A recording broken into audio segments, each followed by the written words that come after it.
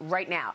Let's get to the story of the moment in terms of the strike underway. Talks are resuming this morning between the MTA and 5 striking unions after federal mediators stepped in over the weekend.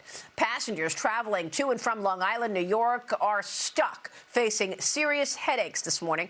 The Long Island Railroad workers are on strike following tense contract negotiations between union leaders and the Metropolitan Transportation Authority, MTA. Nearly 300,000 passengers stranded as a result of that. Governor Kathy Hochul urging remote work right now.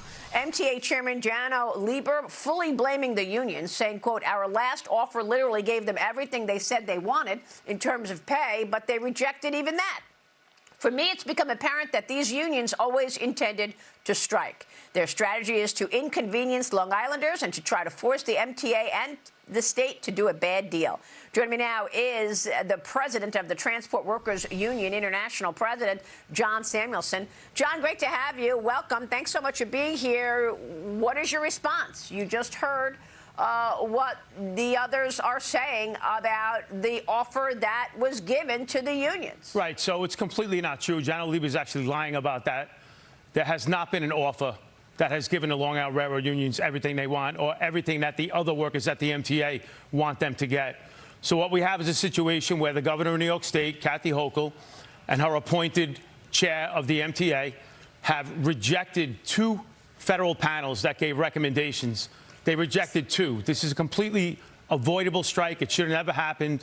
It's 3 years going now, and the MTA should have come to an agreement and just averted this strike. Well, I mean, this is the first LIRR strike in more than 30 years, disrupting hundreds of thousands of commuters. What is it going to take to get things moving again? What do the unions want? So the unions want a wage increase that's reflective of what 2 bipartisan panels appointed by the federal government recommended. So, and that has now been rejected by the governor of New York State, and that's why we're on strike. When they come up with a wage offer that gets close to what these federal panels recommended, then I'm sure the unions will settle. And by the way, these demands are not outrageous. The demands are perfectly in line with inflation. In fact, inflation today, 3.8%. The wages over the life of a 4-year contract are 3.6% that the workers are demanding. These are not unreasonable demands, and they should have been settled. There should be no strike right now. Now, the unions are saying that they're demanding a 14.5% total wage increase over 4 years, right? So that you're talking 14.5% over 4 years. Is that right? Yeah, that's right. Mm-hmm. Yeah. Yeah, so 14% over 3 years. They're not outrageous demands. They don't exceed inflation.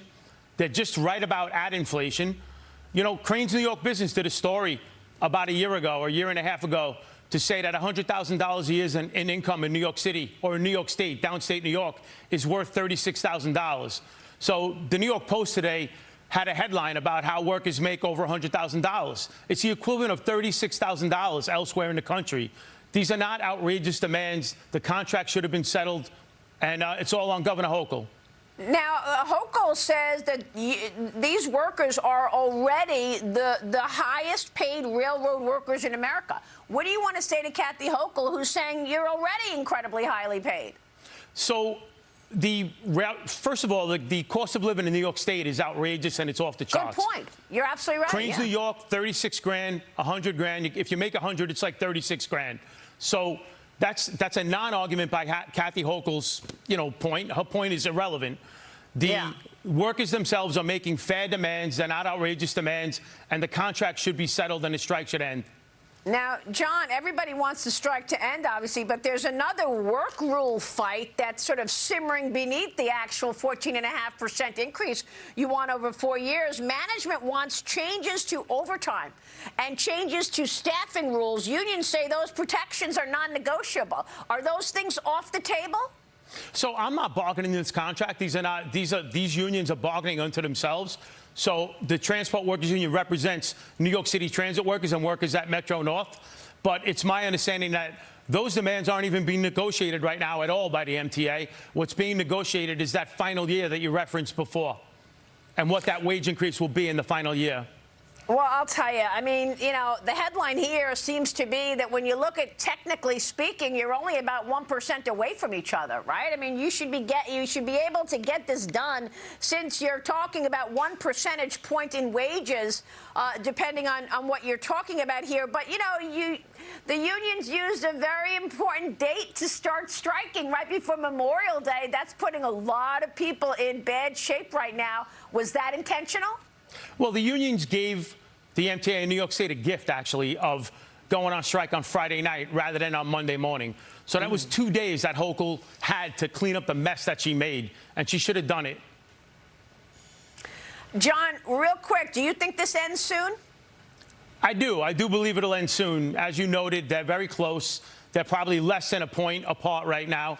And it's going to take Hochul and her appointees and her hitman lawyer at the MTA to actually come close to what the federal recommendations are, and they'll settle. Do you want to see a new governor in place post-November? Yeah, absolutely. Kathy Hochul's the most anti-trade union Democrat I've ever seen in my life. John, great to have you this morning. We're going to be watching this fight. John Samuelsen.